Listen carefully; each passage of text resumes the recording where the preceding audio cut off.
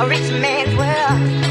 I have turned the soul of this beautiful land, but that beauty. Cash doesn't mean cash all the time. They say cash at hand or cash by what they call it, cash on hand or cash by Cash. What is it? With by vault or something like that. Cash will be cash, literal money, dollar bills, or cash will be liquid. Yes. Cash can be an asset. Yeah, cash can be equity too. Like, Yeah. it can mean all the different. A credit person is using it different than the person at the bank is using it different than the accountant is using it different than the who else? Certified, so the accountant, the banker, the stockbroker is using cash differently. They're all different, but it's in the same fields. So you will hear. Yeah, you will hear different. You will hear basically the same language for everybody that's in the finance field. If he didn't know how to do business, which I don't think he did, he don't know how to deal with real estate, and he doesn't know how to do anything but be doctor, psychologist, Umar. I was just like, yeah, of course that's gonna be delayed, man. And then you had our own people. I'm just showing you how bad our people are. They would start attacking his psychiatrist, saying that he wasn't a psychiatrist. Yeah, they try to Defame him. Yeah, and me, I'm just looking up here. Like, yeah, here it comes. Here it comes. And guess who they said? What's that? Woman. Oh yeah. Everybody was attacking. You know, they sent the woman after him 1st. Mm-hmm. You know, that's their killer, but our own women went after him. You know, we was like, dang, the system been beating us up with our own, men beating women up, women beating men up. He doesn't need any help, redeeming himself, because now I think he understood, or he understands where his weak spots were. Mm-hmm. But yeah, I'm just talking about when I was going through it. I was like, yeah, of course. He don't know how to look at a piece of. He doesn't know how to assess a single family home. How is he going to assess a school? You got to go into every room, right? Does he know to look at plumbing? Does he know to look at electric? Does he know to look? Does he know to look at? All he really understands is history. School. He understands history and he understands the behaviors of our people. Yeah. I went to school. But it's more than understanding the behavior. It's more than understanding history. You got to know the mathematics. Yes. You got to know the law. You got to know the focal points on how to keep a school running. And that takes a lot. It takes a lot of knowledge. And you got to know payrolls. You got to learn checks and balances. You got to know bookkeeping. There's a lot of stuff that goes on to running a business. You know what I mean? I'm not speaking ill will on him. I'm just speaking on our system, on us. When he was trying, more of us that's in those fields should have came and rallied behind him and say, okay, I see what you're trying to do with our kids. Let me offer my services and render my services free until you can get it off the ground, and then we can negotiate what my services cost after that. Because the reason why that is called bartering and networking. Yeah. And we need those type of systems so we can get ahead. Yeah. And he didn't have enough money to hire. I think the last time I really checked, it was like $700,000 or something like that. In a real estate deal, like with a school, you can take that $700,000. Like say it's $500,000, right? Mm-hmm. You can take that $500,000 in cash and go to the bank and get $2.5 million. He's not a finance dude. He didn't know that. He doesn't deal with the banks. He didn't know that. Yeah, in a lot of cases, you could scale that 500. You could take the cash, go get 2.5, and then take that 2.5 and scale it one more time and go get 10 million. And that would have took care of a lot. He would have owed a lot of debt, right? But it would have put the proper people in place for them to handle the parts of the thing that he's trying to do the correct way. And he could have got out of debt fast because of what he would do, his tuitions and stuff like that for that type of business would have got him out of debt in 5 years, out of the black in 5 years, I say. In 5 years, he should be out the black. Well, it depends on your strategy, but yeah, you're right. You're right. If he Generally, about 5 years. About 5 years, he could be out the black. Now, they say he's not out of debt. They just say he's out of the black. That means he's out of the highest. His debt is going down because his tuition and all the stuff that he's costing, that shit come. It should have been, the after school programs and a lot of stuff that you charge for, for things, tutoring. Yeah, fixing the building up by not to mention it. Take that scenario. Take $10 million, buy the school for $1 million or whatever it was. Fix the school up. Now the school's worth $20 million. Yeah, I think he ended up buying the school for $200,000, $200-something. No, it was like 700. No, it was like $1 million or like 1.5 or something. I thought it was less than that. They still need a lot of work. So he got a $10 million project, and he just approached it all kind of messed up. He didn't look at it. He didn't. You can tell because he wasn't talking the language of a person that understood how to assess a piece of real estate. He wasn't talking about the after repair value.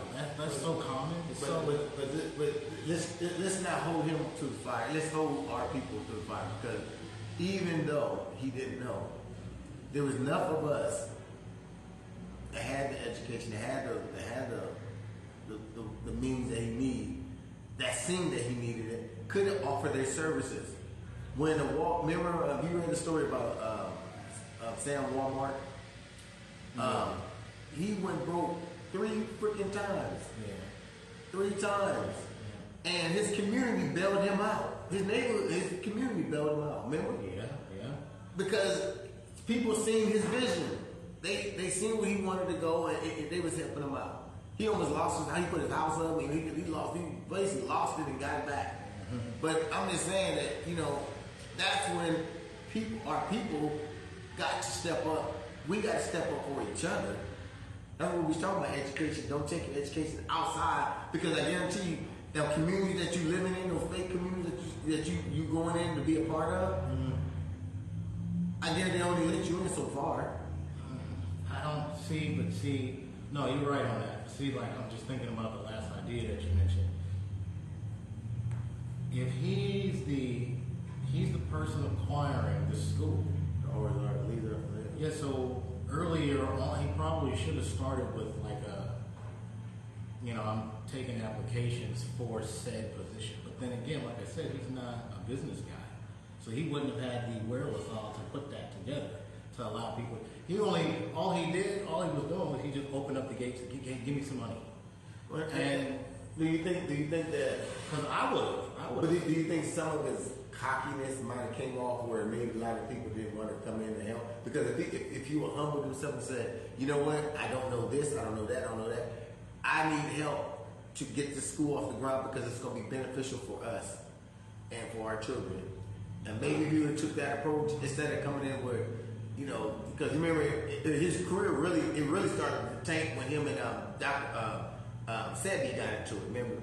Dr. Sebi. No, not Dr. Sebi. Remember the what's that? The guy that Sebi? Tariq Nasheem. No, he got into it with Sebi. Sebi, the other conscious guy. When they was going off, and he started cussing. Everybody go, oh, look at him. Look at that's one.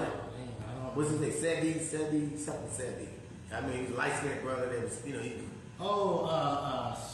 Suit Seti. Yeah, remember when they got into that big old thing, and that's when everything started unraveling under his. Sarah Suit Seti. The one who was an Egyptologist, whatever he was. Yeah, Sarah Suit Seti. Dang, that's a throwback. I love that dude, man. That dude was. I like him a lot too. Yeah, he cussed a lot, but he still brought the message. He still brought the history down. But when him and Omar got into it, that's when he started. That's when because they started to see a different side of him. Because they didn't think he would cuss.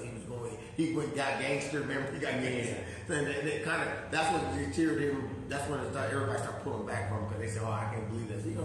Everybody has a moment. Yeah. When people just look at, "Oh, he should have been on this. He should have been on this square." Anybody can knock you off your square for a minute. That was weird. It was, especially when he tried to be gangster. He's making threats. That's back when they was having a lot of those the debates. Yeah. That's crazy. But that's what hurt him on that aspect. But to get back to the education part, I'm not saying that we don't have a lot of people who are trying. Because Big Mike, the rapper Big Mike, Killer Mike, he's really actually doing some things. Oh yeah. They got a black bank from Atlanta already going. I got their email now. I need to start a new bank account with them. You know what I mean? So there is people that are actually doing things. You know what I mean? It just we need more of us doing it. It's called Greenwood. Greenwood, yeah. Yeah, Greenwood. I get the emails all the time. I just I space it off. Maybe I'm just too busy sometimes. Yeah. But yeah, I get what you're saying though. We had another program, Buy Black program. Remember CC was trying to get us to do that, the Buy Black program. There's a whole website dedicated to that now. Like they built it up. Yeah. We just gotta keep building. Those of us that are already in the space building something, a business or whatever, real estate portfolio, stock portfolio, crypto portfolio, NFTs, and all that stuff. Keep building it because there's going to come a day very soon here where one of the other ones of us is going to come tap you on your shoulder. Hey, how do you do what you just did? Can you give me one? Is there things that I got to do in order for me to have one of them too? And that's what, you know what I'm saying? Five turns into 15, turns into 50 overnight. Well, it'll seem like overnight. Yeah, we do need that. And and the one thing I do know that we need to get our kids back out of the house and get back out and playing outside. The reason why I'm saying that's where creativity came from. If they sitting around doing nothing but just playing games and eating and doing and they're not being creative. You got to get them back outside because when we was going outside, we was very creative. We created things. We created our own toys. We created our own weaponry. Yep. We created our own swords and stuff. We stones and boxes. You know what I mean? We was very creative. And if you put those kids back out there, then you eliminate obesity. Because the reason why the kids are obese because they're sitting in the house, eating, doing nothing. Make them go outside and sweat all that weight off. Yeah, they can go outside and play, and those kids will come back with all kind of inventions. Oh, nobody won't mirror. I remember when we was growing up, some kids was punished they couldn't go outside. You had to go outside by yourself. Nobody won't play with me. Guess what you end up doing? You'll find a stick and be creative with it. Oh yeah. You'll create things at that moment when no kids will come outside and play. The punishment was that you could not go outside. Yes. Mm-hmm. All right. The punishment was you gotta stay in the house. You're like, whoa, oh my God. It's like a cat, like a dog when he sees the owner coming, he's looking out the window, he want to get out that door. That's how we was. We see our friends outside, scratching and screaming. I can't come out, y'all. No. Why not? What you do? Like, that's what but we didn't totally flip the script now. Yeah. So the kids act like they on punishment when they how they respond to not having their phone is how we used to respond to not being able to go outside. Yeah. Couldn't go outside. Crazy. That was crazy. TV wasn't even important to us. Nah, heck no. It was not going outside. I distinctly remember Saturday morning cartoons or go outside. Pew, I'm out. I know. I watch my cartoons first. Sunday Kung Fu Theater. Oh. I had to sit there and watch that. They were acting like I got to watching them outside practicing on people. See, my thing was I always started a project, right? So I would always choose to go outside because I don't remember where I stopped at, but I was working, whatever it was. Well, was it a tree house? Was it just a little football game? Whatever. We had to stop the game because we got late. Yeah. We gonna continue this. We up 15 ups. You know. I'm outside, dude. Yeah. But those are the things that we're missing in the community. You know what I mean? And those are the things that we need to be focusing on. It's always interesting to talk about those things. This another little part, like I can say this real quick, is that when like, so I've had a couple, even just today, I had a couple of really like deeper business calls with people that are coming along that I'm kind of helping, and we don't seem to understand just how many jobs there are mixed around in the thing you're trying to do. Like, for example, just do something easy. Like, I'm a designer, right? I'm a graphic designer. Well, somebody will ask me, "Okay, do you design logos?" And I'll say, "Yeah." All right, I want a logo that has a man doing this and he's strong and da. And I'm like, but there's 3 jobs in there. What you just said, just that one little sentence. There's 3 jobs. There's a sketch artist in there. There's a color artist in there, and then there's the finalization guy. There's 3 jobs already. Just because you said you want a dude that does like this, that makes that logo a mascot. It's not just a regular. There's a corporate logo, there's a mascot logo, and then there's like a typographic logo. Like the things on our hats right now, that's a typographic logo. That's what that is. If the thing on my shirt, this is more like a mascot. There's so many different jobs in it. I'll say, okay, so now ramp that up. Somebody says, I want to throw an event, and the event is going to have these breakout groups, and how much is that going to cost? Because I need to get that much money together. I'm like, would you just rattle off 10 people's jobs? There's a grant person. This is a nonprofit organization. Yeah. There's a grant person. There's a credit person. There's a cash person. Then there's the event planner, right? Then there's the organizer, and then you got to get all the people together to actually participate in the event itself. Like, come on, man, there's 100 jobs in there. And I just wanted to speak that up since we were talking about. But why do people think that one person is supposed to create all those jobs? Because I don't think we know better. Misconception. Yeah, I don't think we know any better. I don't think we've spent enough time in the formal aspect of doing the business. We don't know. Well, it's lack of education. Yeah. So, that's why I said that the number one problem in our community is ignorance. It's ignorance. So we're ignorant and we ignoring the facts that, a lot of us ignore the ins and outs of the business because we're too ignorant to want to go do the research or the work, to put in the work to go find. It's wild, man. And it's wild. So, we're dealing with a lot of... I want to start a business. Okay. What's your credit score? Why are you asking me about my credit? I just said I want to start a business. Because if you're and in order, I gotta go back and you don't have if your business isn't making money, you don't have a business, sir. You have a hobby. Yeah. Well, and then people gotta understand that just because you have an ideal, that don't mean it's a good idea. That don't mean it's a good idea that's gonna bring money. When you open up a business, you gotta remember that everybody's not gonna follow you. Business, you have to know, you have to learn the needs and understand the wants of people. You fulfill the needs, you're gonna have a successful business. Some of your wants can get you rich there too, but you got to make sure that the need is provided, because there's a lot of people that want a lot of different things. So they will pay for what they want, but they're gonna go after what they need first. So remember that. That's how business gotta work. So when you ever open up something, you gotta remember. Okay, say for instance, we say Timeout's closing. Timeout's Chicken is closing here. One of the biggest top chickens in the black community down north. Okay, it's about to close. There's gonna be a need for another black chicken place.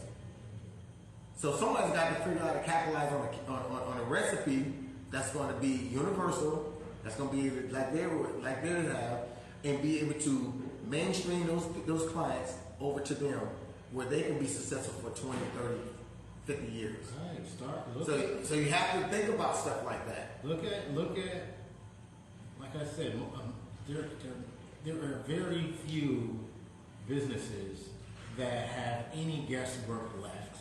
Yes. Okay? When you want to start, say you want to start a chicken joint, Well, go look up the most successful business models for chicken joints, right? What is a business model? You get that tree with the circle here, the line, and then it goes down here, and there's other. These are positions for people. We don't have to guess, which is why it's strange that's happening with them, right? Yeah. So look up the business structure. That's what that business model is. The business structure. Look at the business strategy. There's no guesswork. We know these things. Look at the finance structure and the finance strategy and the credit structure and the credit strategy. There's no guesswork. And then once you have all of that understood, you don't even have to have done anything yet. But once you have all that thing, all those things understood, then run the play. And you know, like you said, you know, and one thing I want to say about when it comes to business, everybody doesn't have the ideal or the drive to keep a business going after you're gone. Right. When the owner died, nobody got the drive to keep the business going. Right now, they just operating under cruise control until the exit time is up. They're not there to say, you know what, I want to keep the legacy going. I'm just cruising right now until someone can buy me out, because I don't want to keep the thing going. Because everybody don't want, your kids don't want it. That's why I say that's why I said by inheritance, you gotta know what an inheritance is. It's easy to see what happened by what is happening. Yeah. All they want, I called it. I said, oh, okay, so they're gonna run it for a couple of years and then sellers cut it or shut it down. Okay. Why would you do that? To build the equity in the company, so that when you close it with a bag of money instead of being in debt. That's why you do that. The property is worth a certain amount of money. The actual company is worth a certain amount of money, and you just leverage all of that to get a bag on the way out. Yeah. Come on, And a lot of the name itself is it's already had it already. So anybody wants to buy it, you're gonna have to buy the name. You got to buy the brand. Yeah. You got to buy the building. The building ain't nothing. It's the name and the brand that you got to you paying for. Well, yeah. Well, what you're paying for is because you're right. The name and the brand is a big component of it, but you're paying for the traffic. Yeah. The people are trained to go there for something. For the brand. Whatever they're going there for, you're paying for the people capital. Yeah. And those people, and that is the footprints of. That's why they give you a spreadsheet and let you know what that business done those years, those quarters. So, but what made those people come is the brand, because it's the seasoning, it's the chicken, it's the way they cook it, and make sure the food was hot. That's what you're paying for. So you're paying for a multifaceted of things that you're looking for, that you're gonna end up buying. You have to buy it for. Everybody said what they're trying to sell it for is too high, but technically the business been there for 30-something years. Yeah, I don't think it's so. It might not seem to be high to us, but we don't know the numbers. Yeah, you paying for the property. Yep. You paying for the look. Business is just like a human being. The business has to live somewhere. The business lives in that location. Mm-hmm. So if you want to get that business out of there, you gotta buy them out, right? I constantly have to get these types of concepts away to people because we just don't know them yet.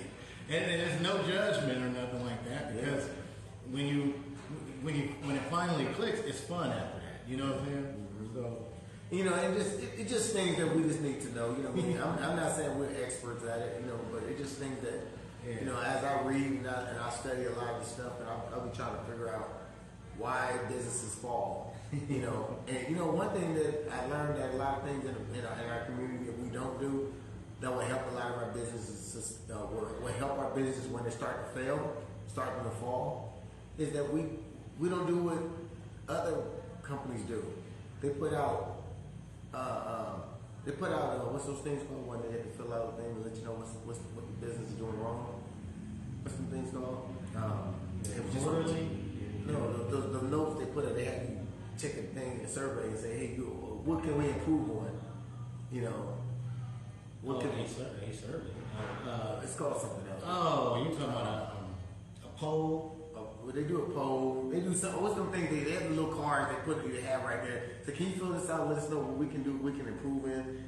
We don't do it. We don't do enough of that in our community. It's a survey. It's a survey. We don't do enough surveys in our community. There's a name for it. I know what you're thinking. But It's on the tip of my tongue. We need to do that more in our community, so then the community can give you feedback, and you can't take it. You can't take it personal. You got to say, okay, maybe our customer service is bad. Yeah. Maybe we don't have a product that we actually that as our main product we don't have enough of it all the time. Right. Yeah. You know, there's things that you have to start doing so you can stop a falling business by taking a survey and figure out what the community needs. Maybe my community might say, well, you know what? Maybe you need to stop selling walleye. You need to sell more catfish and carp. Maybe that's what we like more. But you keep giving us walleye.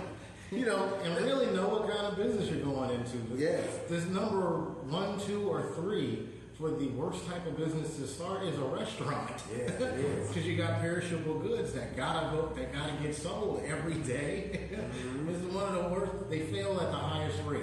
Yes. So And too much. They don't know how to order. yeah, just That's consider. that's one of the biggest things in our community is that we don't know how to order. We don't take inventory properly. You got to make sure that like like say for instance, on Friday and Saturday, everybody will come buying wings. Why would you not order a whole bunch of wings? You know what I mean? It doesn't make sense. I don't know how many times I heard some of these restaurants, they run out of chicken. Right? But you a chicken joint. What do you mean you ran out of chicken? And I get it, because maybe you ain't networking properly. You need to, if you can't get it you need to have more than one server to get product. It can be the market sometimes. Because that's what I'm saying. If the market does this All the time. bullshit throughout Especially the year. with transportation and all that. Now watch. Okay, if this is symbolized like this is the ocean, and your business is in the ocean, you need to consider what's going to happen when that thing dips down. You know what I mean? And a lot of us, we don't think about that. We just start the business and go out and we're just doing stuff. No, set it up. Batman that thing, you know. Okay, but you know what's funny? How do we strive? How are we thriving in liquor stores, and they constantly keep the product? We not. Then liquor stores is suffering just the same. They just have a wider variety of products that can sit on the shelves for longer periods of time. Well, we know that, but I'm talking about, but they still able to get, there's a time when you couldn't find Hennessy. The Hennessy was hard to get, and like the premium liquor was hard to get. But there's always substitute things that that they make sure they had, but bars seem to do well if because if you couldn't get that, you'll take a secondary. But I'm just saying that they're able to. I guess spirits and entertainment are also a high demand commodity too. Just like now bars don't succeed either. Yeah, that's the entertainment though. Yeah. It's in the entertainment space, even though you need the liquor license and the rest of it. Mm-hmm. But yeah, so when people is in high stress like we was, it's they're gonna go try to escape, the escapism, and then other people are just going because they normally would go anyway, Psychological component. Yeah. Everybody's got psychological issues, so what they do, they drown themselves. They do something to calm, to relax, and so they go. So you capitalize on those things, because you got people running to the church, you got people running to the liquor store. The two places that you're gonna get they dealing with spirits. Wow. The two places that dealing with spirits. Actually, there's three, because you got the pimpers, you got the women out in the street. Oh man. So he got a spirit too. So. Oh man. So it's just things that we just gotta. I just think we can do better. Those who know better should do better. We sing this playbook too often that people move out of our community and won't come back and do anything for it. We got to get back to. We got to find the fundamental principles to say, okay, we got to take this education and go back. You can be educated, but you can be a fool at the same time. Yeah. You know, that's the problem. We got too many educated fools because there's no way we should have so many debates about something that you know is right, but you find reasons to say, well, we don't need reparations. You got people saying, yeah, we do need reparations.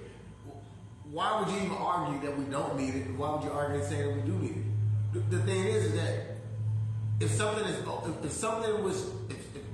was taken and was utilized to benefit someone else, why would you not stand behind it and back it just because?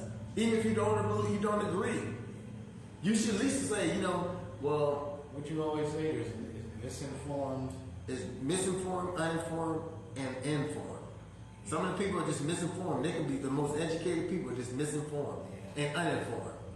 And you know, those who are informed don't understand. You know, why would you not want your people to get reparation? Now, if you want to argue about reparation, argue about how we're going to utilize and spend the how we're going to utilize the reparation. What's it going to take for us to get it? When should we get it? Should we get it? Just get it, or should we go through a psychological evaluation, go through some classes, go through some healing? Then I can say, okay, now I see what you're talking.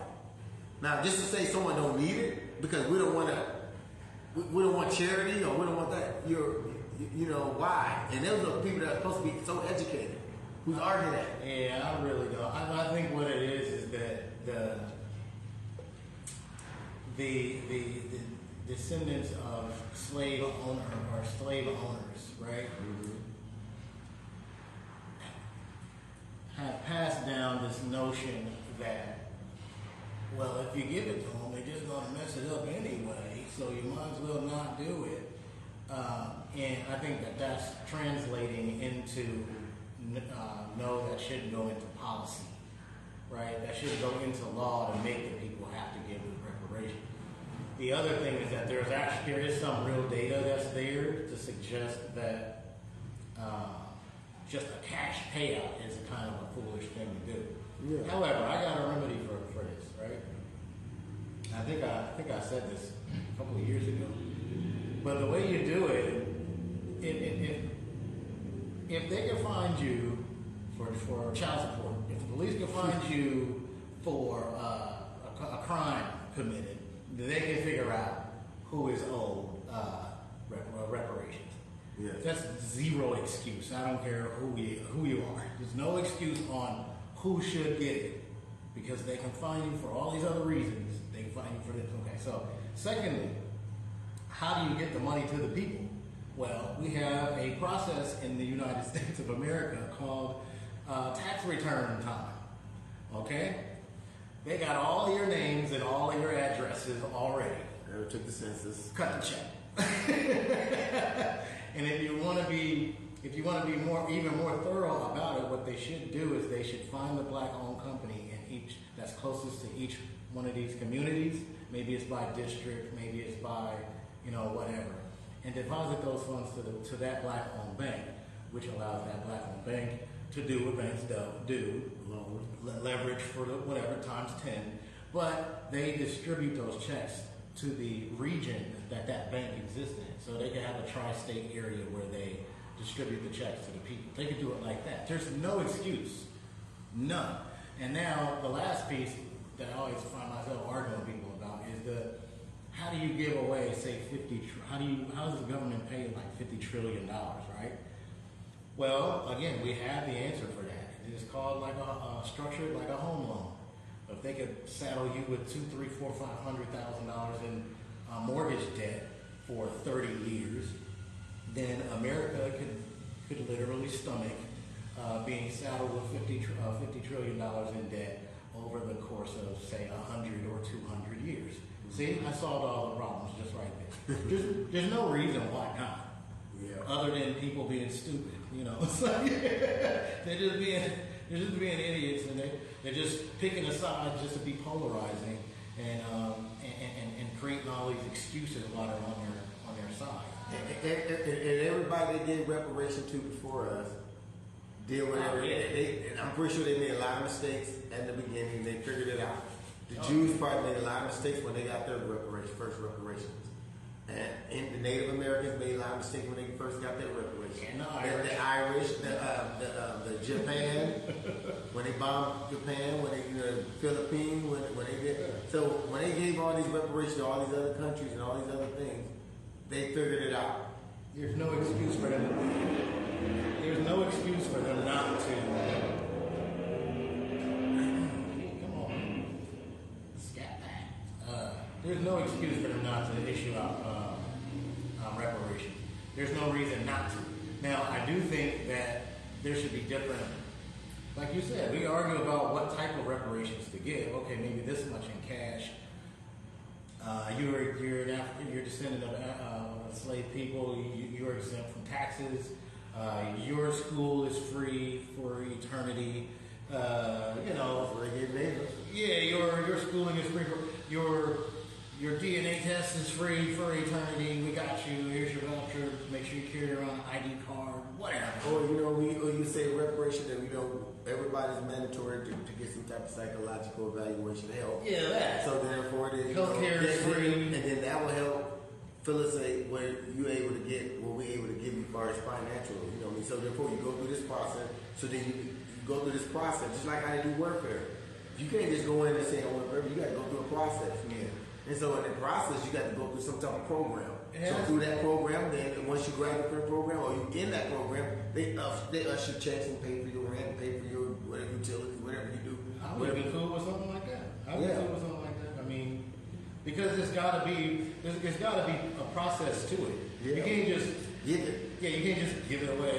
You have to identify people. And identifying people, there's a process, right? And I just think that they don't want to give it because they think that we're gonna want. They think it's we're gonna want irrelevant. power. We're gonna want to be powerful. We're gonna either be equal, or they think we're gonna want to be more powerful. Yeah, they think it's irrelevant because the people who were enslaved are no longer living. Yes. Right, and the people who did the enslaving were no longer living. But their children and children are living off of our ancestors' backs, off of the backbone of our ancestors' labor. They're benefiting from the labor that our ancestors created and gave them, so they can be prosperous today. And it's not, not to say that, it's just a whole lot of it's just a thing that we just sit back and it ain't about hate. It ain't about. It's just about when you want to acknowledge people for the things, the trauma and atrocity that happen in our lives, then you have to do the things. You have to make amends. You have to have redemption. It's I always say this: the best way to tell somebody would do with some money is to give them some money. Because the cream of a group is going to rise to the top regardless. Mm-hmm. Those are the people, like him and I, for example. If we were to receive some exorbitant amount of money, or even some consistent amount of money over and top of what we already do, we know what we would do with that, and it would not be harmful to the community. It would not be harmful to ourselves, and on like that. You know what I mean? But is there going to be some idiots in the group that, of course, you got to anticipate that there's going to be some people that take the money and go buy a bunch of drugs, go to the casino and blow it.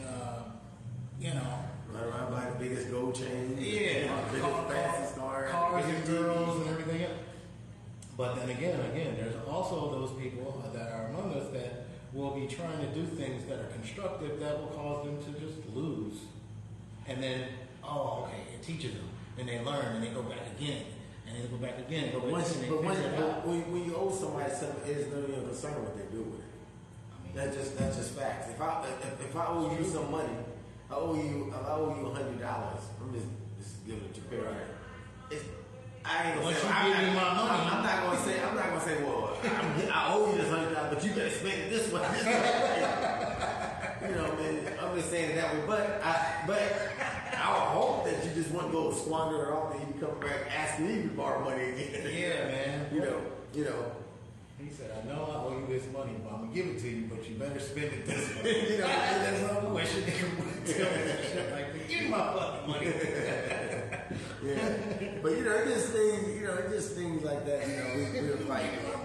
You know, but I believe, and just my opinion, in my opinion alone, I do believe that what will help us as a society is when men and women can actually come together and fix their problem. I think the reason why we ain't achieving all of our objectives and all our goals is because there's so much division between us men and women. Because as soon as we try to fight for black rights or our rights, it's always a division. Oh, women, we need it first because we went through this atrocity. Then the men, y'all understand that? We keep fighting, and guess what happened? As soon as we get ready to get it on the table, here comes somebody. Oh, we should get it first. You know, it's just like, oh my goodness, why everything has to be so divided? I got tired. I got tired at one point. This is why I started with a men's group first, and then I did a women's group. Mm-hmm.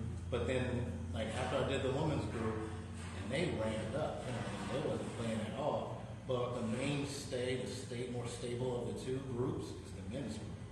So I ended up with two men's groups that are current to this day.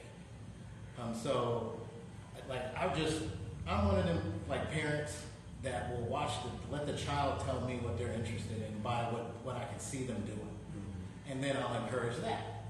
Yeah. So I take that same kind of philosophy into business spaces with me, and I let the people tell me, based on what they're doing, what they want. Yeah. What happened as a result of that is I ended up with the first men's group, and I ended up with the second men's group. The second men's group is a little bit more active because they're newer, but it's men. So I said like this, okay, let's empower the men. So if you're going to be associated with me or you want my services or whatever, we're going to start with giving you some tools. What's the most powerful tool you can have in today's day and age? Money. So let's fix your credit first. While we're fixing your credit, you're going to be setting up your business. You're going to need that anyway. And while we're doing that, you're going to be learning about real estate because your business is going to have to live somewhere, right? So you might as well learn how to own the place that your business is going to live in, right? And it just kind of goes together and piles up, and then now you got what I got, right? Now, I didn't force anything. I let the people tell me what they wanted, and I responded to that. If I had so long as I have the skill set to actually affect change, then I'll take the project. So, I had a conversation with my mom and my aunties and this the other day, just dealing with, family issues and stuff like that. And one of our conversations went, which I was telling my mom and my aunties and them, I said, I know the problem I see when it comes to healing, when it comes to us dealing with one another, we hold scripture so deep in our social norm is that we use them everywhere. We use it every time we have a disagreement.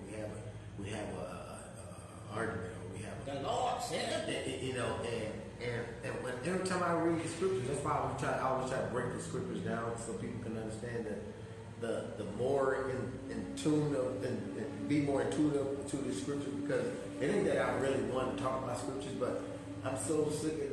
I'm not saying I'm sick of. Do you understand what you're saying? Yeah, I understand. Do you really understand what you're reading? Yeah. And do you really understand what's really going on? Yeah. Now, when we read that book, and we get it, we're trying to get an understanding. Now, we started from the beginning of when man that had no sin, he was flawless, he didn't have nothing. All of a sudden, they're saying he failed. Okay, so then we're going through a journey. That book is taking us through a journey of how the time we've been going through, how we failed through this whole process. And it's talking about relationship that God had with his particular people he had favored. He's saying that he's showing you a relationship that I'm still, no matter what we go through, I'm still have a relationship with you. But you still got to get punished, or you still got to go through some trials and tribulations to repair what you damaged. I'm not going to allow you to get off the hook because I got to hold you accountable. You got to be responsible. It's a responsibility and accountability. And if you choose not to, then the repercussion behind all these things is this is what happened. Most of y'all will die. Your children inherit what you pass it on. So if your heart is evil and you run children, you raise children, and guess what? Your children inherit that same behavior. So in that behavior, I'm trying to say it might take 10 or 3, 4, 5 generations before that behavior gets exiled out. That's what I read when I read it. I don't read it from this is the word. Now there's only one part I read that's the word. That's when it's in red ink. That's when Jesus was speaking, because he was talking about how they was treating people and how the Pharisees and Sadducees, these are all religious folks, and how they was trying to use laws and policies against the people when they couldn't even follow them themselves. So therefore, when he was talking, he was always setting an example from his own point of view, and he was chastising them according to what. Now that was the only part I seen was law, was scripture. Now the rest of that was just a historical evidence and DNA footprints of what was going on with people, and then we can look at from our lifestyle today. We can say, oh, you know what? I seen the Cain in you. Oh man. I seen the Adam in you. I seen the Eve in you. I seen the Abraham in you. I seen the Sarah in you. I see the David in you. I see the Solomon in you.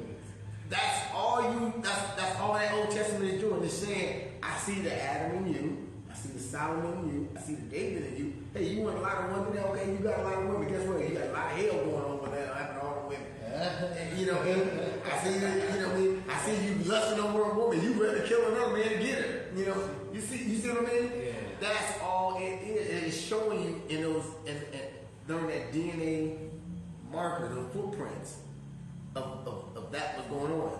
Now we get into the New Testament. You know, I mean, we say, oh, you know, a lot of that stuff is, you know, been fabricated. It's been you know, because some of the stuff is just because what is yesterday should be today, right?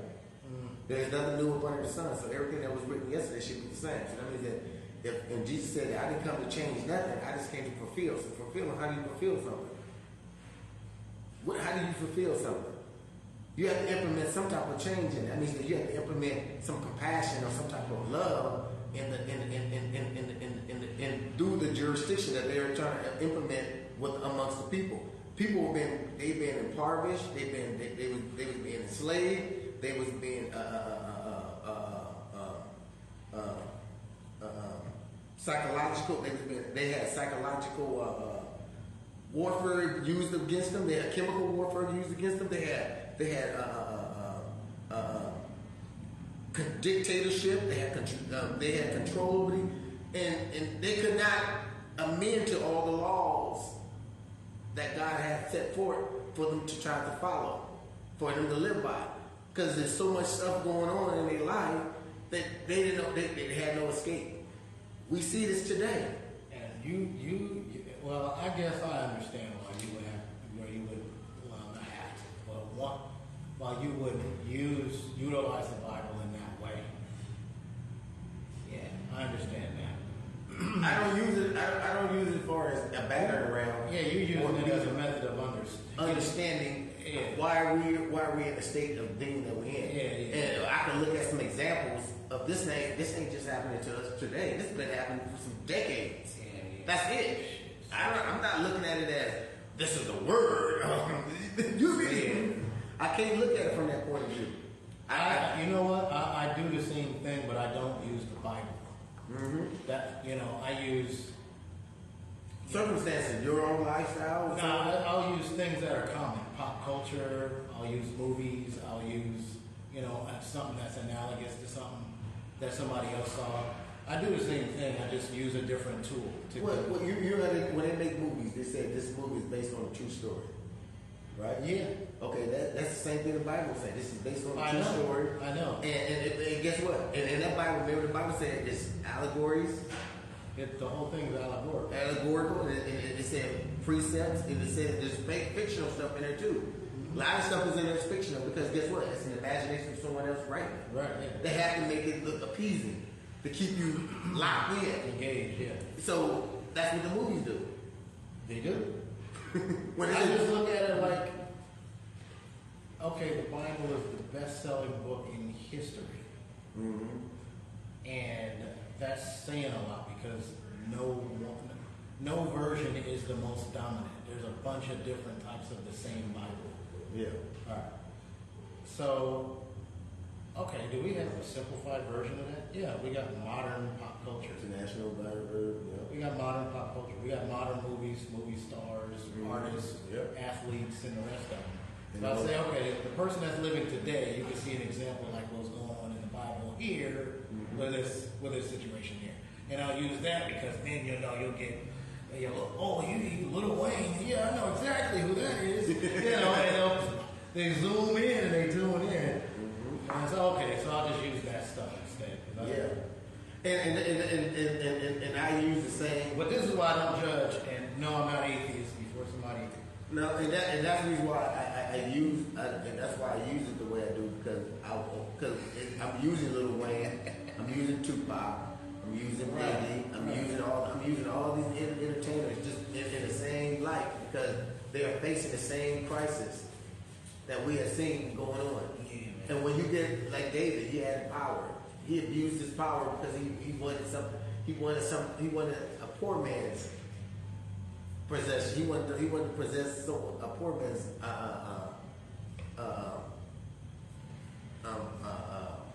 I don't want to call her His wife? Yeah, Concubine? His wife. You cannot covet. You cannot covet another man's wife. And guess what that happens? That causes a rift in one of our communities. Because if you cover another man's wife, guess what happens? Yeah, you're gonna cause some problems. You're gonna cause some problems. And women, she knew what she was doing too. Because you know what? She put her husband in harm's way too. Yeah. And look what he ended up getting killed. And women don't realize that.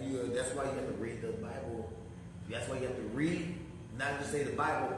Read books that, if you're going to read books that give you some understanding, read them so you can get an understanding. Don't read to just read. Read to understand. Get a comprehension of what you're reading because so forth, you can apply it so you won't cause no rift in your life. People run around here making bad choices off of personal feelings and emotions. I tell people all the time, I read the Bible 3 times. Okay? And I compare it to watching a movie 3 times. I don't need to watch that movie no more. Therefore, I don't need to read that book no more. You already got the concept. I got it. Yeah, that's what I'm trying to say. I got it. I get it. I understand it. It's cool. Great. Wonderful. I read it 3 different ways too. I took it literally the first time. The second time, my pendulum swung.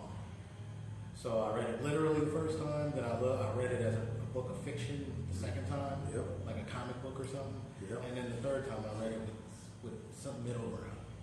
And when I read it the third time with some middle ground, it gave me a fuller understanding of, oh, okay, I see what's going on here.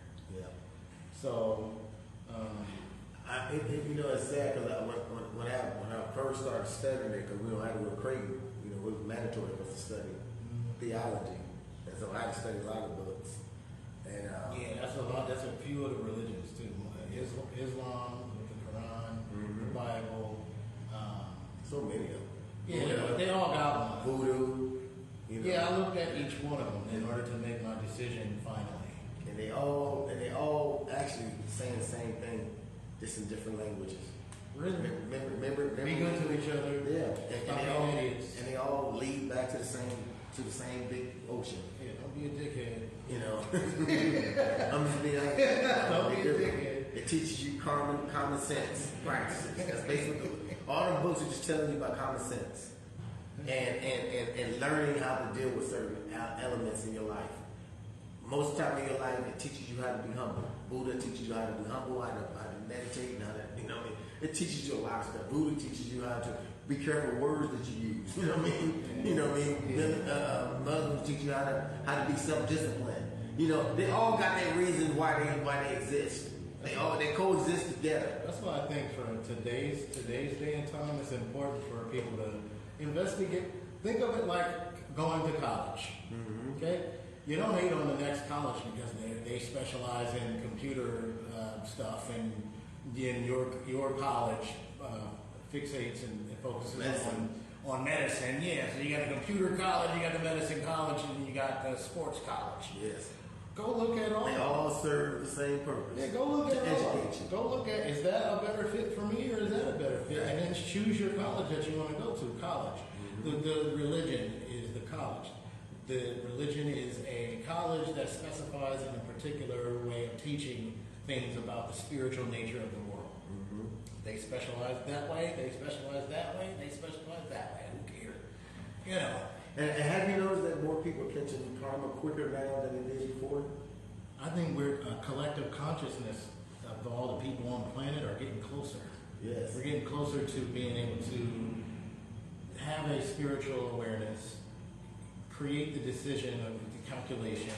Once you get it in your mind, then you have the opportunity to connect it to your emotional impulses, and once you feel it, then your body just falls in line with that. So spiritual, mental, emotional, physical, boom, in that order. No matter if it happens in a millisecond or if it happens over the course of years.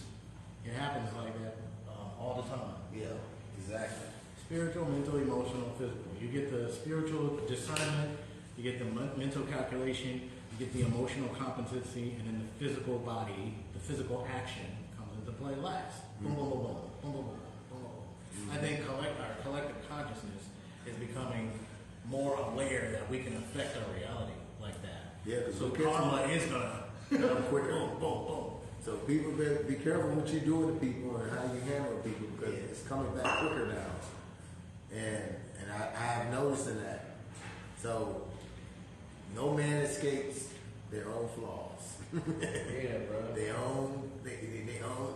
Despite all of the noise that's out there, we're not getting smarter. We're becoming more aware. Exactly. We're nothing new under the sun. So that smarts is not new. No, we invented the wheel a long time ago, right? But we ain't got no smarter than the wheel. And you can go back to the ancient Egyptian time. They was very conscious people. They knew about the art. They knew about karma. They knew about all that stuff. And it came quick. So we're at that age where we start to get things. So whatever you're doing, and you're mistreating people, or you deceiving, or you're lying, and it's coming back faster than you think.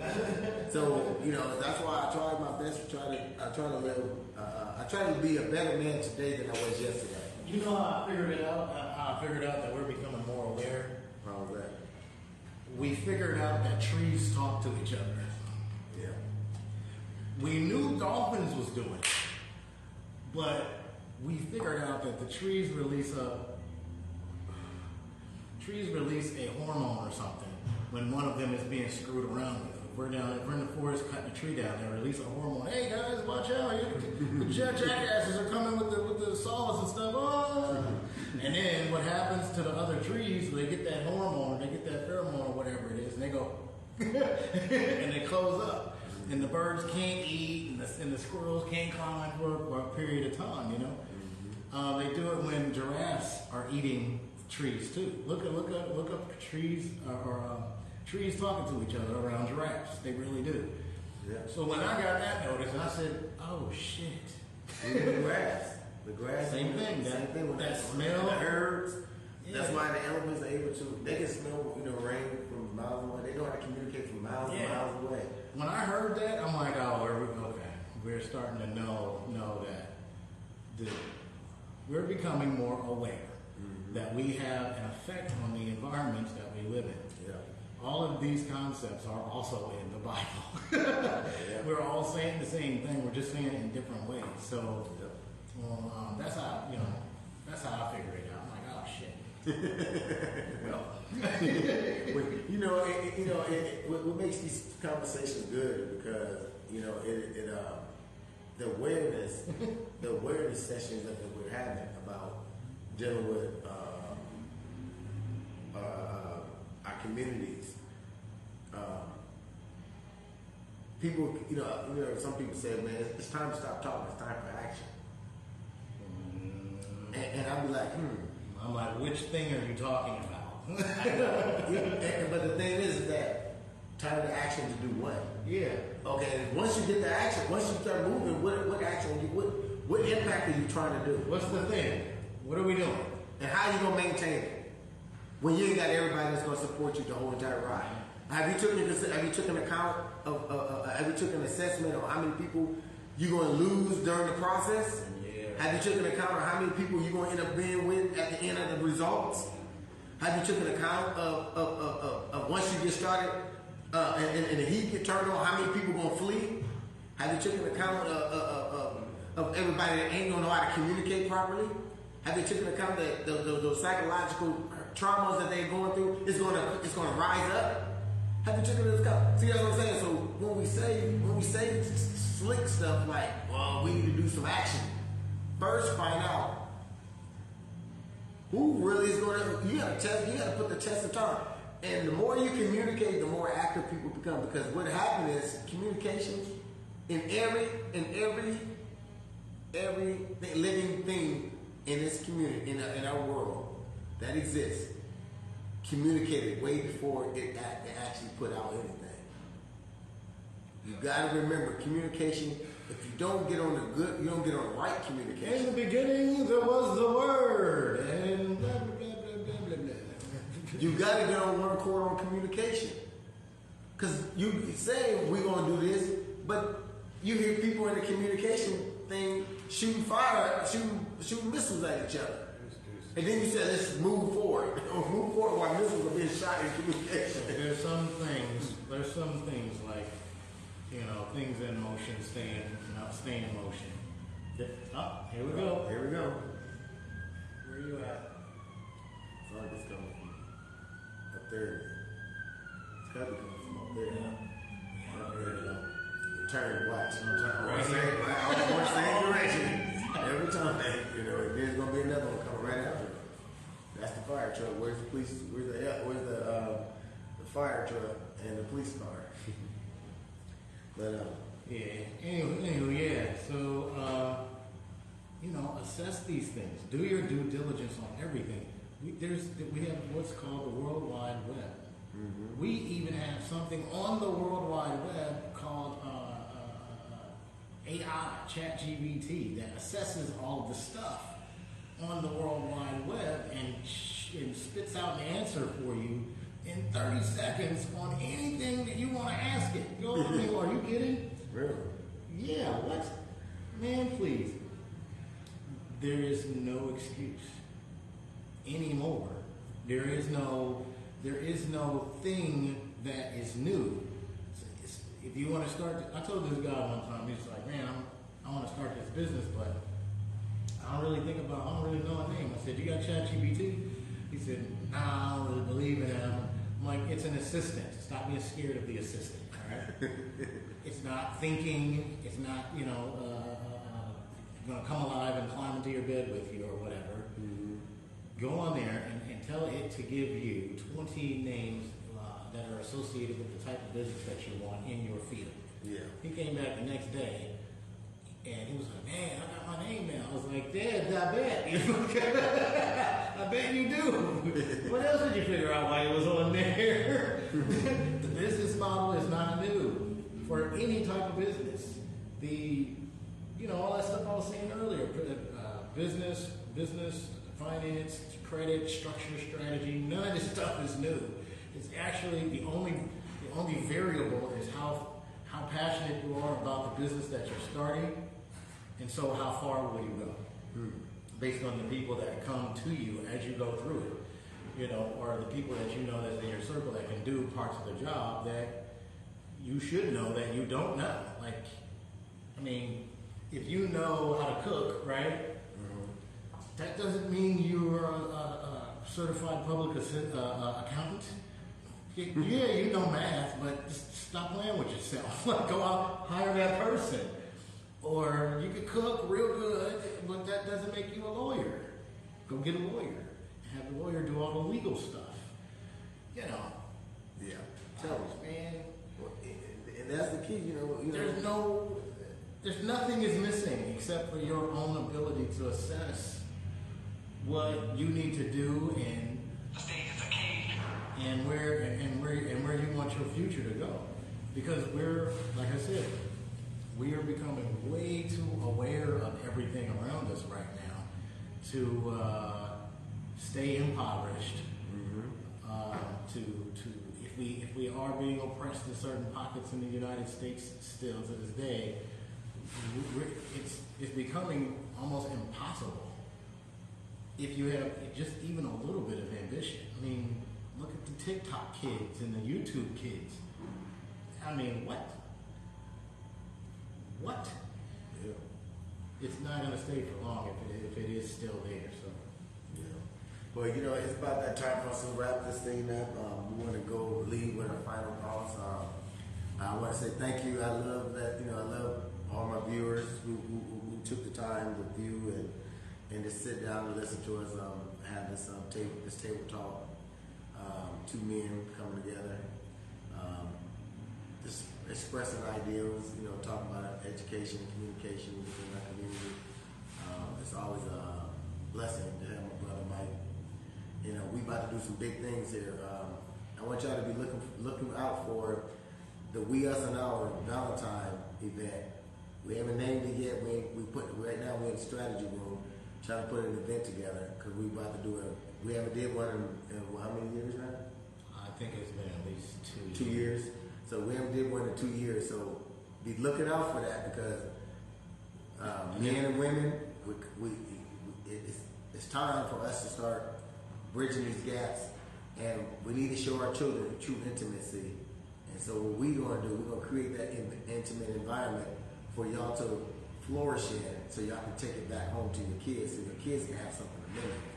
We want to put that spark back into the lives of our mothers and fathers, men and women.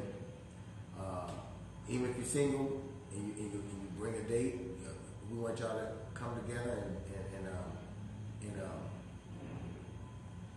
make that thing happen. Because we got too much separatism in here in our communities today. But anyway, Mike, you want to start over to the final thoughts?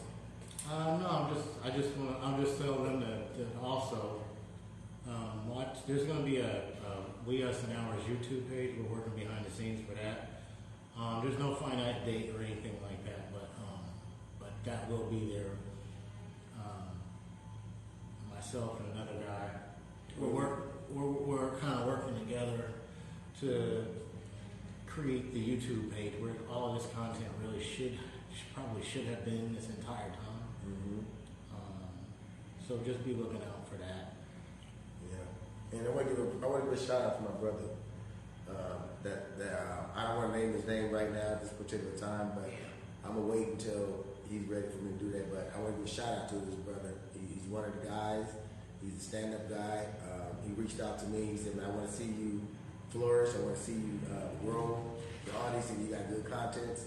And he took the initiative. This is what I'm talking about, networking. This is what I'm talking about, real brothers coming together. We're going to be doing some audio testing. That's why I mentioned that. So we're going to be doing some audio testing once we in the show. So if you want to hang out and just hear us testing for a little bit. Yeah, our brother gave us. He turned me on to some new mics. So I haven't tried it out yet. So I want to try it out. So I want to see if they work. So that's what we're going to be doing, testing it out. I didn't want to test it out beforehand because I didn't know if it was going to work or not. So I figured we'd do it after the show, and we'll test it out. But ignore it. It's just something we're just testing out. Because you see the other mic was acting up today. Something that we're just going to cut out of the final video anyway. Yeah. But my final thoughts is, as a people, we have a responsibility to save our children. And the only way we're going to save our children, it ain't us going to go get the children and then put them back in that same environment. It's just like almost like CPS. Come to your home because you whooped your child, and then they say they're coming to protect your child, but then leave the child in your environment, leave the child in your home. Now, how the heck are you protecting the child, but you leaving the child in my home, but you accuse me of abusing my child? That doesn't make sense. So all our people, all these groups out here, we keep saying save the children. How are we saving the children when they're in the same environment? The lack of love in the home, the lack of men and women unity, the lack of respect for men and women, the lack of control with men and women. The emotional and feeling feelings that they don't know how to control themselves. Emotional damage. You know, we can't build relationships off of fickle, deadbeat emotions and fickle feelings. You can't always think that something's greater out there because you feel not happy today. Those feelings go away. You'll be right back at square one again. You need to focus on true happiness. A man or a woman can't make each other happy. Happiness starts from within. But we keep talking about, I need to work on myself. How? How can you work on yourself when you're in an environment where you are an auntie, you're a mother, you're a cousin, you're a neighbor, you're a sister? You don't have time to just work on yourself. You got to incorporate all that in there while you're working on yourself. Men too. You're a father, you're an uncle, you're a cousin, you're a brother, you're a neighbor, you're a co-worker. You can't work on just yourself. You got to figure out how to incorporate everything in there as you work on thyself. First thing about working on self is holding yourself accountable for the actions that you take and the things that you do. That's going to affect someone else's life. If you don't realize that, karma's coming around the corner. It's going to show you. They said the greatest teacher in life is life itself. And I say that from the bottom of my heart. So I try my best to treat people the way I want to be treated. I'm not going to come up with no lies or deception just to do what I want to do, just so I can feel good about myself. Because eventually, you have to face that demon. We got too many people out here struggling. We got too many people sprung out on dope. Too many people abusing children, molesting children. We got too many people taking advantage of other people, taking advantage of the elders. I look working the elders spot, and their kids are taking advantage of their own mothers and fathers. Don't come and see them till payday. It's sad. And misuse them. We about to get a mother about to get kicked out of our house because her son keep coming over there, tearing up and doing things he ain't supposed to do. She keep letting him in because that's her son. She loves him so much, but she about to lose her house and she ain't got nowhere else to go. She can't even barely walk. Abuse of elder. This is the stuff I'm talking about. You can't fix the kids if you can't fix the parents. We want the easy route. The kids are the easy part, but they are the hard part really, because guess what? You can't fix something that's in the same environment.